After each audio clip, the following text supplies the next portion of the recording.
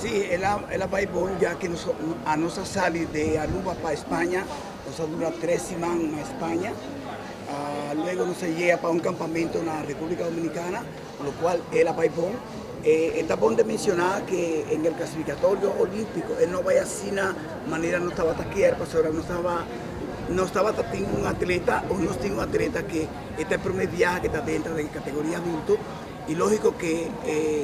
la partición de la llave no nos favoreció a nosotros, pues ahora salimos por la parte primero de la llave. Si hubiéramos salido por la parte segunda de la llave, por tal podíamos tener un chance para clasificación. Pero igual manera, dura preparación que nos hace ha dado un resultado, ya que nos logra una medalla de plata que para basta tiempo acaba desde que Mónica Pimentel estaba como atleta Naruba, atleta élite, nos haya una medalla en la categoría adulto.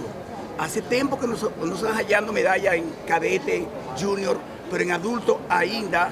nos estaba teniendo suerte para Hayasaki y con Maylin Frater nos logra el objetivo de casi oportunidad de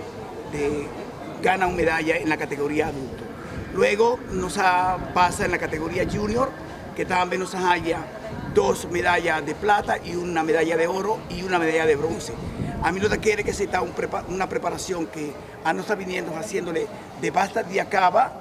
Impact Taekwondo con Tiger Taekwondo Academy nos une juntos y más que turcos, Mónica está entrenadora de la selección y a mí también nos logra de hacer un trabajo excelente para mucho por logra el objetivo aquí Nana, lo cual está un